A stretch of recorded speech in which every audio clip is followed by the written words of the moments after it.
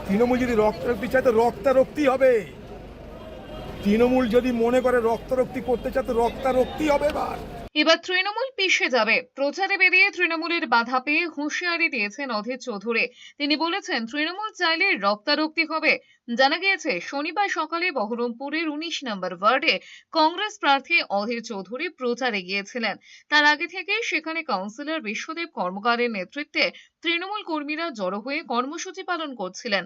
অধীর চৌধুরী সেখানে পৌঁছতেই go back slogan convoy ঘিরে বিক্ষোভ দেখাতে শুরু করেন। স্লোগান পাল্টা স্লোগানে ধুন্ধুমার পরিস্থিতি তৈরি হয়। এরপরে তৃণমূল এবং কংগ্রেস কর্মীদের মধ্যে ধস্তাধস্তি বেঁধে যায়।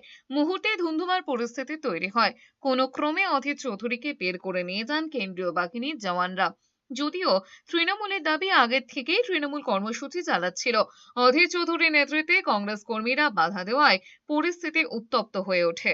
ওরা আমার কাছে পরাজিত, আর এবার আবারও বলে দিচ্ছি, পিষে যাবো এবার, একদম রক্তারক্তি হবে। এবার হুঁশিয়ার করে দিলাম।